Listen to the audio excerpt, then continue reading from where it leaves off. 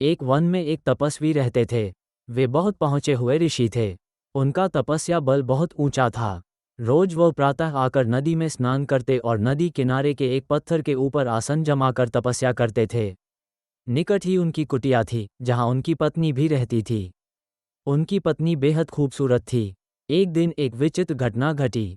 अपनी तपस्या समाप्त करने के बाद ईश्वर को प्रणाम करके उन्होंने अपने हाथ खोले ही थे कि उनके हाथों में एक नन्ही सी चूहिया आ गिरी।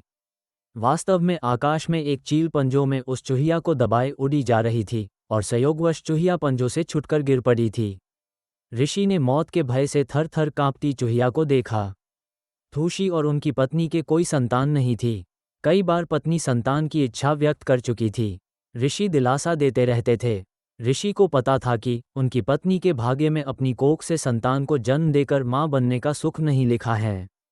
किस्मत का लिखा तो बदला नहीं जा सकता, परंतु अपने मुंह से यह सच्चाई बताकर वे पत्नी का दिल नहीं दुखाना चाहते थे। ये भी सोचते रहते कि किस उपाय से पत्नी के जीवन का यह अभाव दूर किया जाए। ऋषि को नन्ही चूहिया पर दया आ गई। उन्होंने अपनी आंखें बंद कर एक मंत्र पढ़ा और अपनी तपस्या की शक्ति से चूहिया को मानव बच्ची बना दिया। वो उस बच्ची को हाथों में उठाए घर पहुंचे और अपनी पत्नी से बोले, सुभागे, तुम सदा संतान की कामना किया करती थी। समझ लो कि ईश्वर ने तुम्हारी प्रार्थना सुन ली और यह बच्ची भेज दी। इसे अपनी पुत्री समझकर इसका लालन पालन करो।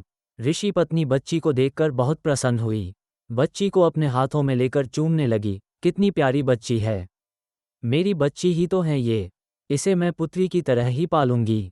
इस प्रकार वह चूहिया मानव बच्ची बनकर ऋषि के परिवार में पलने लगी। ऋषि पत्नी सच्ची माँ की भांति ही उसकी देखभाल करने लगी। उसने बच्ची का नाम मेनका रखा। ऋषि भी मेनका से पितावत स्नेह करने लगे।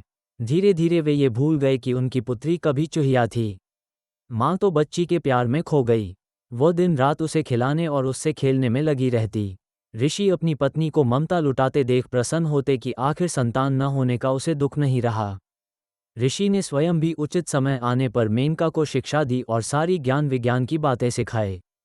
समय पंख लगाकर उड़ने लगा। देखते ही देखते माँ का प्रेम तथा ऋषि का स्नेह व शिक्षा प्राप्त करती मेनका बढ़ते बढ़ते 16 वर्ष की सुंदर, सुशील व योग्य युवती बन गई। माता को बेटी के विवाह की चिंता सताने लगी। एक दिन उसने ऋषि से कह डाला, सुनो, अब हमारी मेनका विवाह योग्य हो गई है। हमें उसके हाथ पीले कर देने चाहिए। तभी मेनका वहां आ पहुंची। उसने अपने केशों में फूल गूंथ रखे थे। चेहरे पर यौवन चमक रहा था। ऋषि को लगा कि उनकी पत्नी ठीक कह रही है। उन्होंने धीरे से अपनी पत्नी के कान में कहा, मैं हमारी बिटिया के लिए अच्छे से अच्छा वर ढूंढ निकालूंगा। उन्होंने अपने तपोबल से सूर्यदेव का आवाहन किया। सूर्य ऋषि के सामने प्रकट हुए और बोले, प्रणाम मुनिश्री, कहिए आपने मुझे क्यों स्मरण किया? क्या आज्ञा है? ऋषि ने मेनका की ओर इशारा करके कहा, यह मेरी बेटी है, सर्वगुण सुशील है। मैं चाहता हूं कि तुम इससे विवाह कर लो। तभी मेनका बोली, तात, ये बहुत गर्म है। मेरी तो आंखें चुंधिया रही हैं। मैं इनसे विवाह कैसे करूं? न कभी इनके निकट जा पाऊंगी, न देख पाऊंगी। ऋषि ने मेनका की पीठ थपथपाई और बोले, ठीक है, दूसरे और श्रेष्ठ वर देखते हैं। सूर्यदेव बोले, ऋषिवर, बादल मुझसे श्रेष्ठ हैं। वो मुझे भी ढक लेता है। उससे बात कीजिए। ऋषि के बुलाने पर बादल गरजते लरजते और बिजलियां चमकाते प्रकट हुए।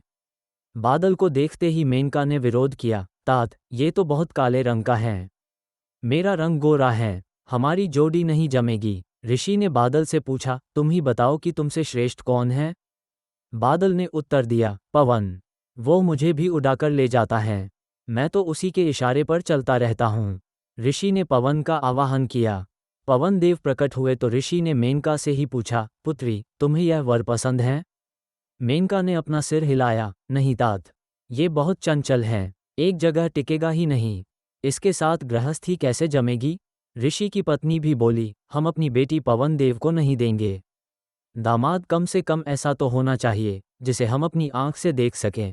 ऋषि ने पवन देव से पूछा, तुम ही बताओ कि तुमसे श्रेष्ठ कौन है? पवन देव बोले, ऋषिवर, पर्वत मुझसे भी श्रेष्ठ हैं। वह मेरा रास्ता रोक लेता है।